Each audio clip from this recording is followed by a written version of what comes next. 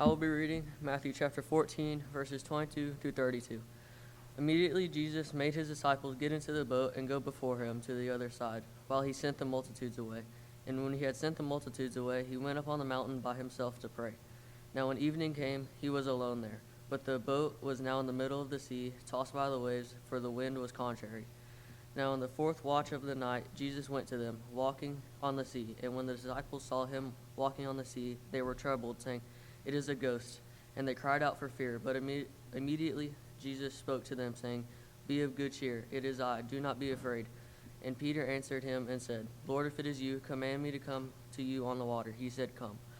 And when Peter had come down out of the boat, he walked on water to go to Jesus. But when he saw that the wind was boisterous, he was afraid, and beginning to sink, he cried out, saying, "Lord, save me." And immediately Jesus stretched out his hand and caught him, and said to him, "O you of little faith, why did you doubt?" And when they got into the boat, the wind ceased.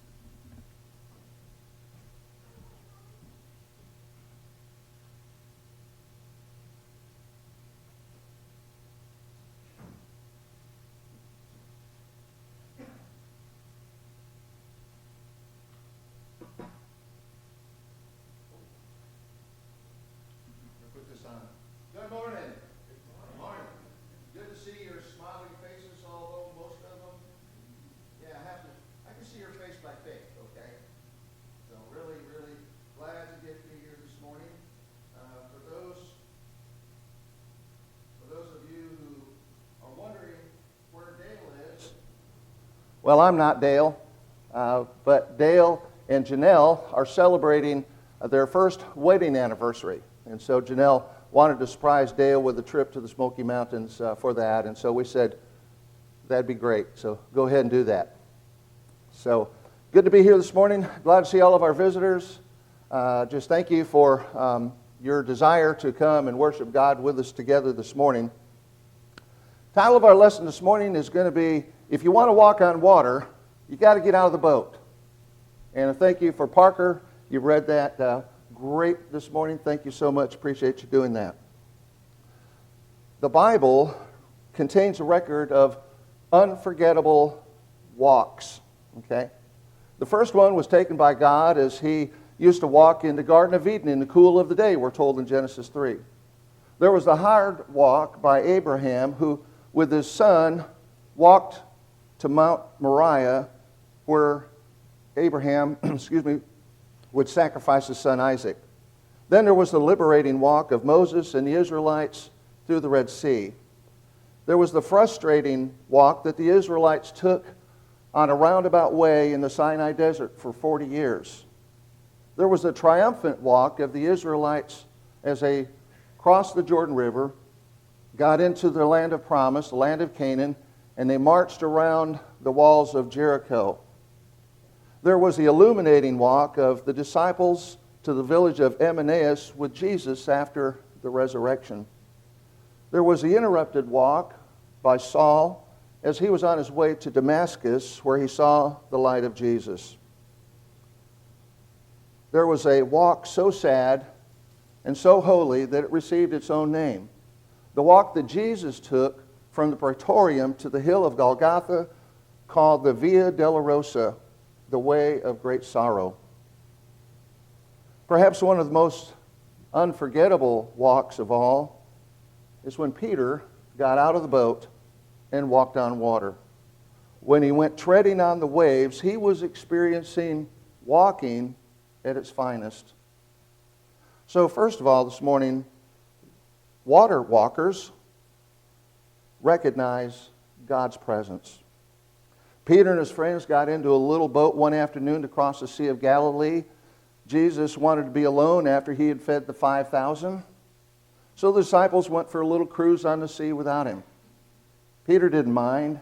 He had been on boats all of his life as a fisherman. Soon a major storm blew in. The boat was battered by the waves and the turbulent winds.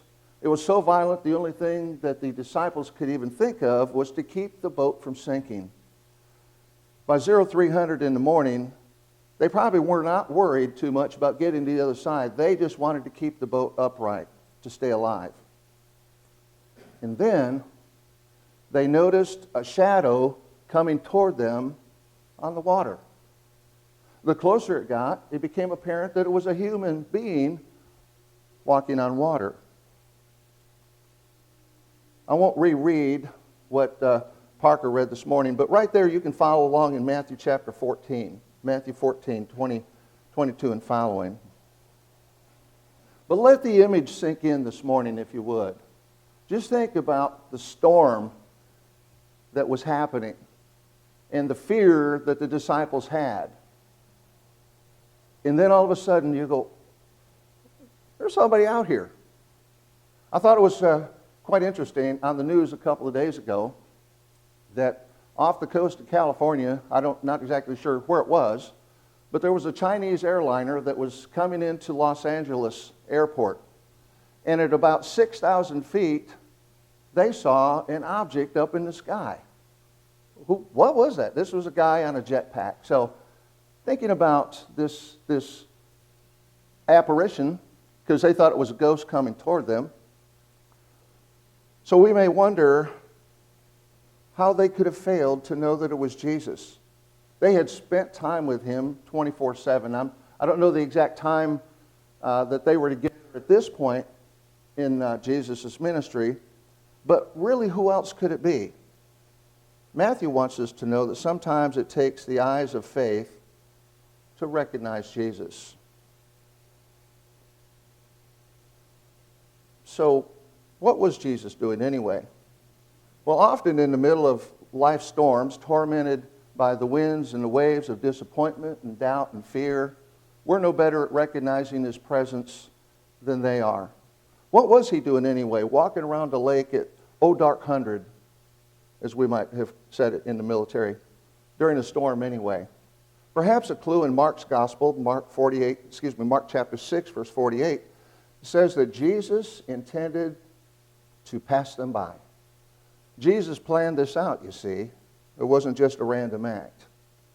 The word translated to pass by that's used in the Septuagint, the Old Testament Greek version of the Old Testament, to pass by is a term that referred to the special moments when God would make a striking and temporary appearance to individuals or a group for the purpose of communicating a message.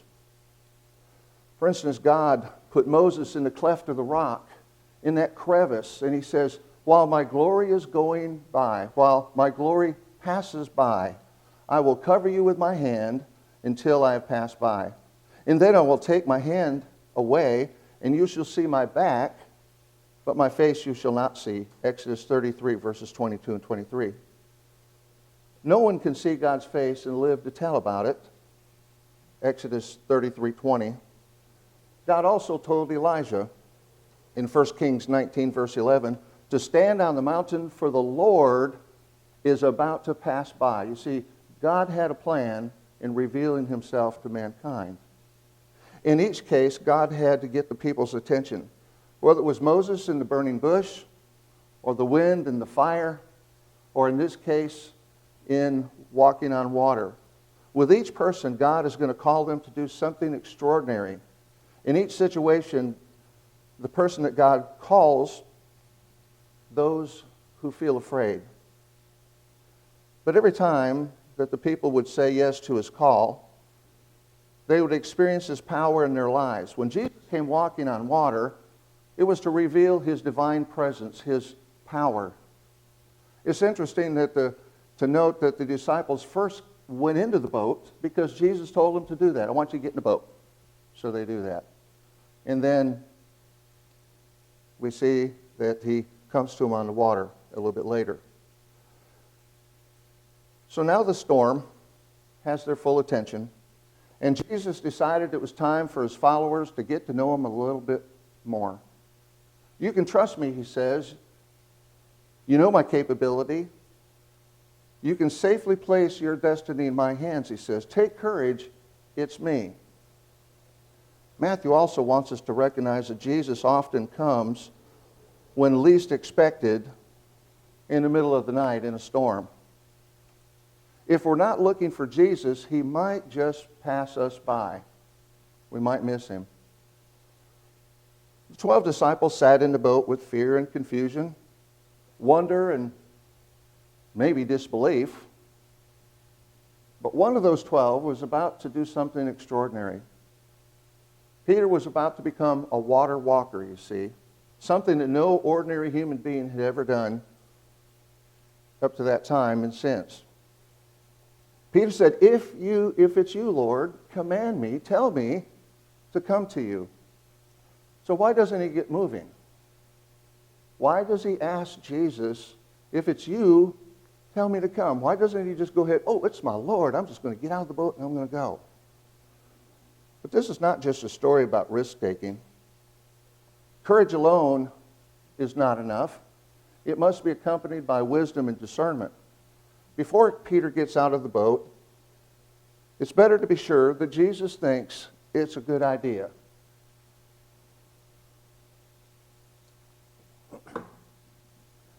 Think about how violent the storm must have been to keep these seasoned professionals struggling to avoid being capsized. Imagine the size of the waves, the strength of the wind. We think of hurricanes today, the darkness of the night. And these are under conditions in which Peter's going to get out of the boat. It's tough enough to try to walk on water when it's calm, when the sun's shining, and when the air is still. But it's 3 o'clock in the morning, you see, and the waves are crashing and have gale force winds, and Peter's terrified. What would you do? Would you choose to stay in the boat? Or would you want to get out on the water? The boat's safe, it's secure, it's comfortable. On the other hand, the water's rough, the waves are high, the wind is strong, and if you get out of the boat, there's plenty of danger. You just might sink. If you don't leave the boat, there's no guarantee that you will never walk on water. So our next point is, if you hadn't figured it out already, if you want to walk on water, we've got to get out of the boat. Something inside of us tells us there's more to life than just sitting in the boat. We're made for something more than just avoiding failure. Something or someone wants us to walk on water, to leave the comfort of our routine existence and abandon ourselves to the thrilling adventure of following God. The boat represents safety and security. What is your boat? What is my boat? I know what my boats are. You probably know what your boats are. Could be a boat of gossip. Could be lying. Could be alcohol or anger, arrogance, envy or greed. It might be a job or unemployment. Maybe it's the bitterness or unforgiveness toward another person, the fear of the unknown. You see, because our boat is whatever we put our trust in, especially when life gets a little stormy. Our boat is whatever keeps us so comfortable that we don't even want to give it up, even if it means us joining Jesus on the water. Your boat is whatever produces fear within you when you think of leaving the boat and stepping out in faith. For Stanley, a fictitious name, his boat is his job or his vocation. He was in construction all of his working life, and now he's in his late 50s. But he had a gnawing sense that God was calling him into some ministry of the church. So he quieted his conscience by giving away a lot of money and doing a lot of things, but he just couldn't shake off a haunting fear that maybe he had just missed his calling. And he was afraid that it was perhaps too late. Devin, another fictitious name, his boat is secrecy. He's addicted to pornography, a mild addiction, he tells himself, mostly adult movies on trips out of town and occasional sprees on the internet. He's afraid to admit it. Secrecy and guilt are killing him, but it's his boat of safety and security. Maybe your boat is success. The case of the rich young ruler, Jesus asked him to get out of his boat. He said, sell all that you have and give it to the poor and come follow me. But he decided not to. But you see, he had a very nice boat. He had a beautiful boat. It was padded with seats. It had a nice umbrella. It had a galley. It had the finest options that a boat could have. And it looked like it was too much to give up.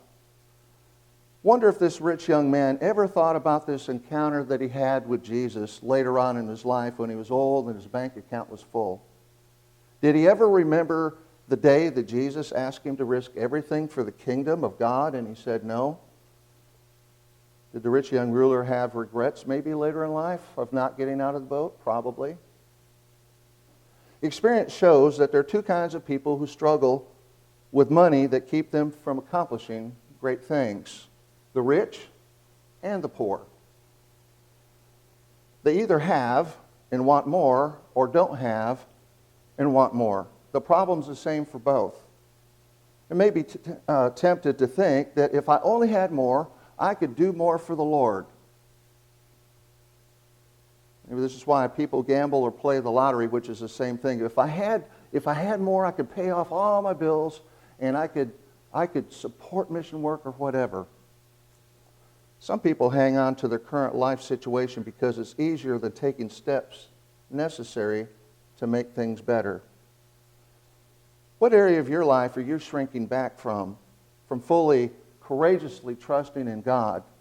If you want to walk on water and to do extraordinary things, then we've got to get out of our boats.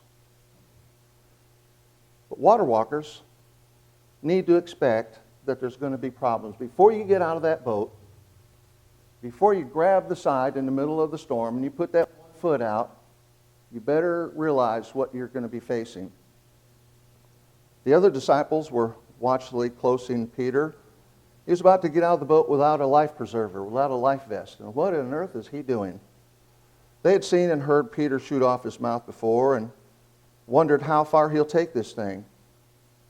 So again, he puts one leg over the side and he grabs the boat, white knuckles, determination. I'm going to do this. I'm going to get out, and he does. And then suddenly, for the first time in history, an ordinary human being walks on water. And then it happens. The it is the strong wind. You see, Peter saw it. He knew the wind was strong, the waves were large. Reality sets in and he says to himself, oh, this is a bad idea. What was I thinking? He now realizes that he's on water in the middle of the storm, in the middle of the night, without the security of the boat or life vest. Actually, Jesus is the ultimate lifesaver. He's our ultimate life vest. But Peter's terrified. And I think probably we would be too. Nothing's really changed. The storm has been there the whole time. But what has happened is that Peter's focus shifted from his eyes on Jesus coming toward him to what is going on around him. We know what it is to see the storm brewing. We start a new adventure full of hope.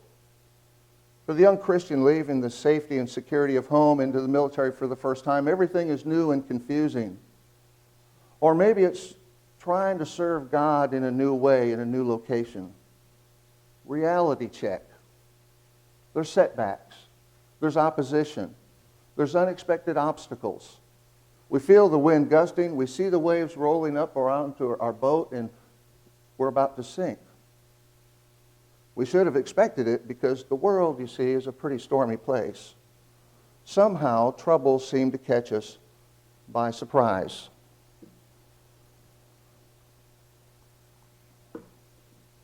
Because of the wind, some people decide to never get out of their boats.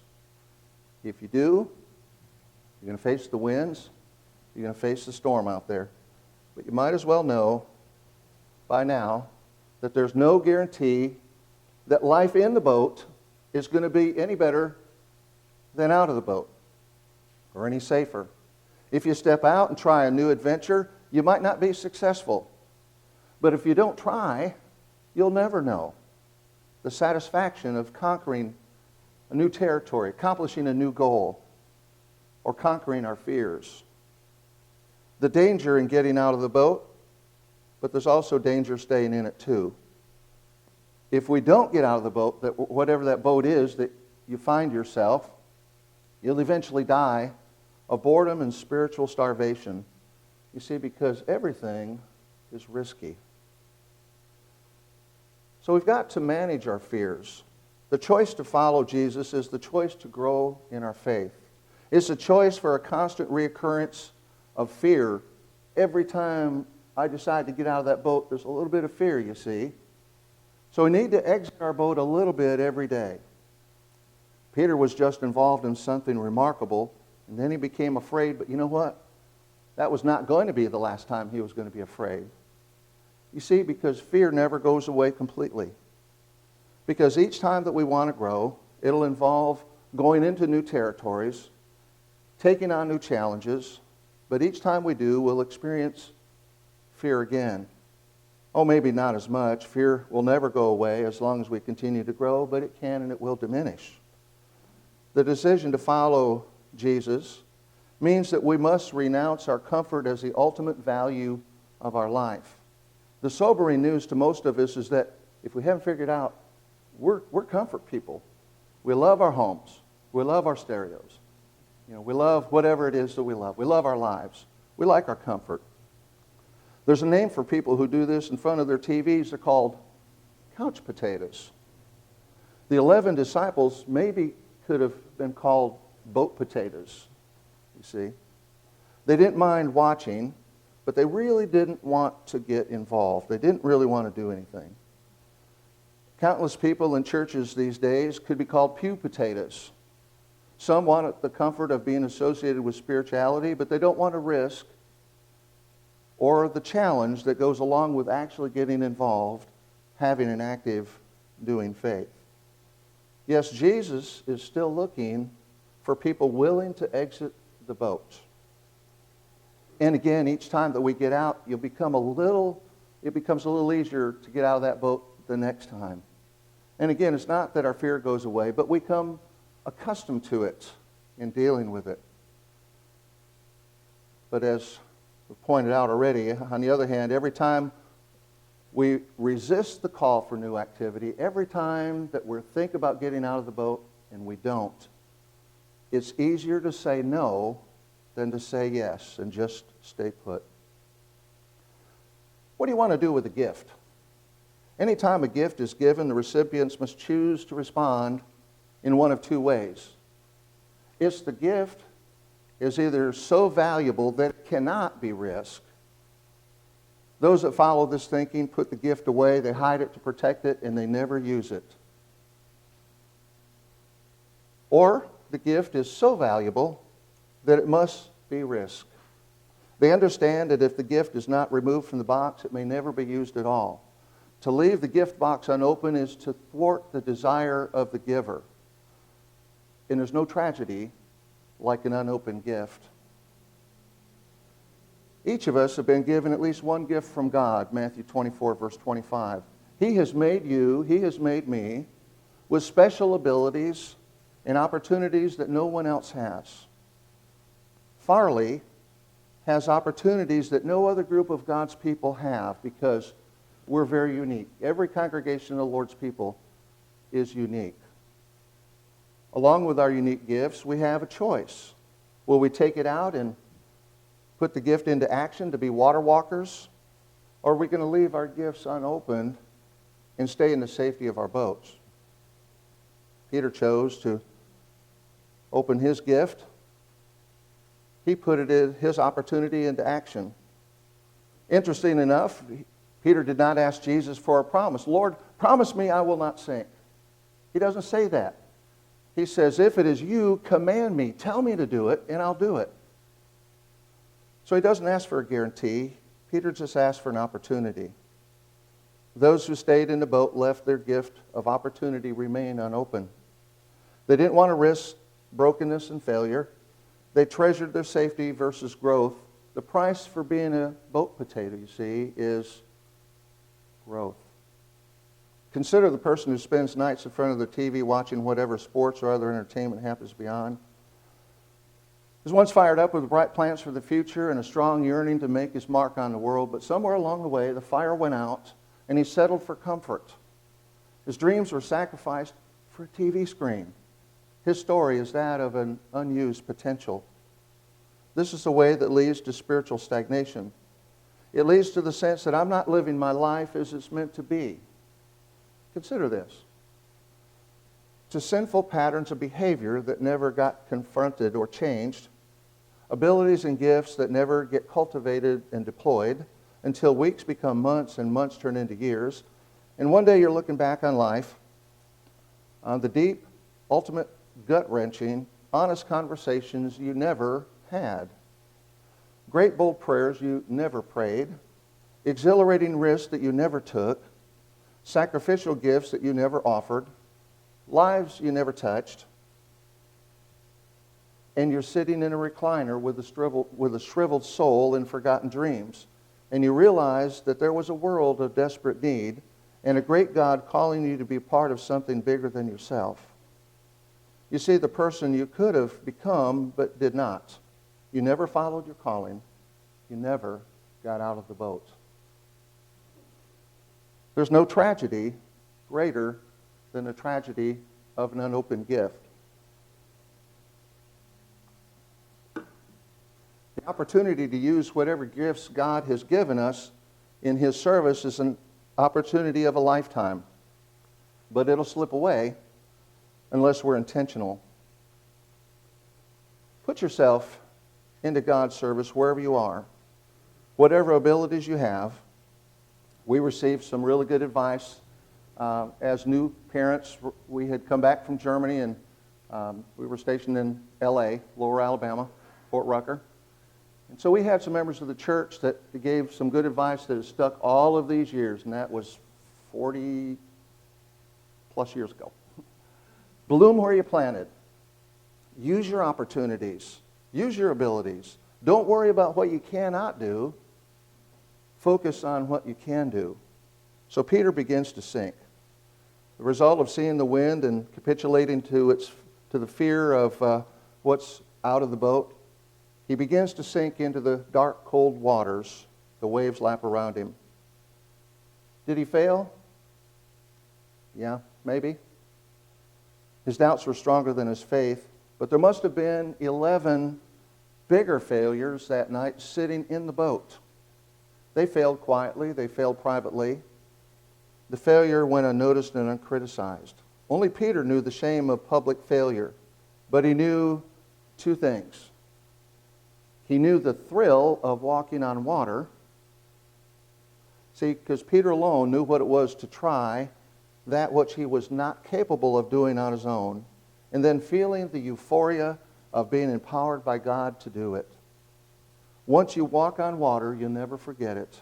And Peter probably carried this joy of this experience to his grave. And then number two, only Peter knew the joy of being lifted up by Jesus in a moment of desperate need. He knew in a way that others could not, that when he began to sink, that Jesus was completely capable to serve him. He experienced a shared moment and a trust in Jesus that no others had. And later, he may have remembered this event when he wrote in 1 Peter 5:7, he says, "Cast all your cares on him because he cares for you and me." Others could not know the joy as they never had the courage to exit the boat and to even try.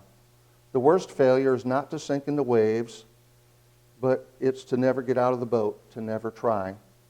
Because Peter put himself in a position to fail, he also was in a position to grow. Failure is an irreplaceable part of learning. Failure does not shape us. It is how we respond to failure that shapes us. So water walking brings a deeper connection with God. Jesus is still looking for people to get out of the boat. Why risk it? Because it's the only way to real growth. It is the real way that develops faith. The alternative to boredom and stagnation that causes people to wither up and die spiritually.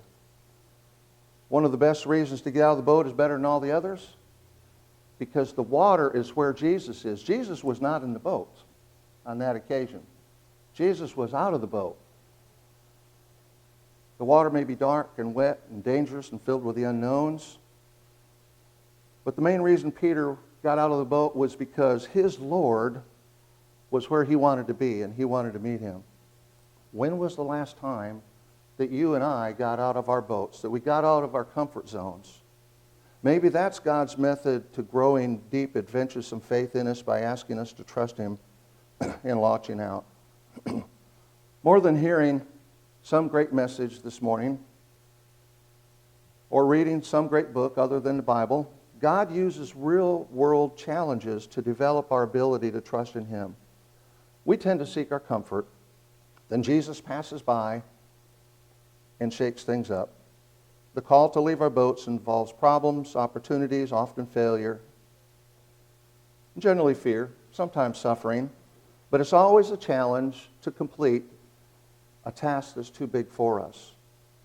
Maybe there's been a point in your faith when your heart is like Peter's. Command me, Lord. Tell me to come, and I will come. The time when you were willing to risk your faith, even if it meant rejection. Maybe giving, even if it meant sacrifice, or serving if it meant the possibility of failure. Sometimes you sank, sometimes you soared, but you lived on the edge of your faith. And maybe now, though, you haven't been out of your boat in a while. Maybe you're just sitting there comfortably watching others, being a doer of the word. Not being a doer of the word, being a watcher or a hearer of the word. Peter's walk on water stands as an invitation to everyone who, like him, wants to step out of the boat in faith and wants to experience something powerful in the presence of God. Water walking is a picture of doing something totally amazing with God's help that we could never do on our own. There's a consistent pattern in Scripture of what happens to a life that God uses. He asks ordinary people to engage in extraordinary acts of trust. He asks people to do scary things. Maybe it's a fear of inadequacy. Moses said, Lord, you don't want me. I'm slow of speech. But God said, I'm going to be with you. I'm going to tell you what you need to do to go to Pharaoh. It might be the fear of failure. 10 of the 12 spies were sent to scout out the promised land. The land that we explore devours those who are in it. But you know, God promises his presence. The angel said to Gabriel, the Lord is with you, mighty warrior. God also promises to provide whatever we need to fulfill his mission for us.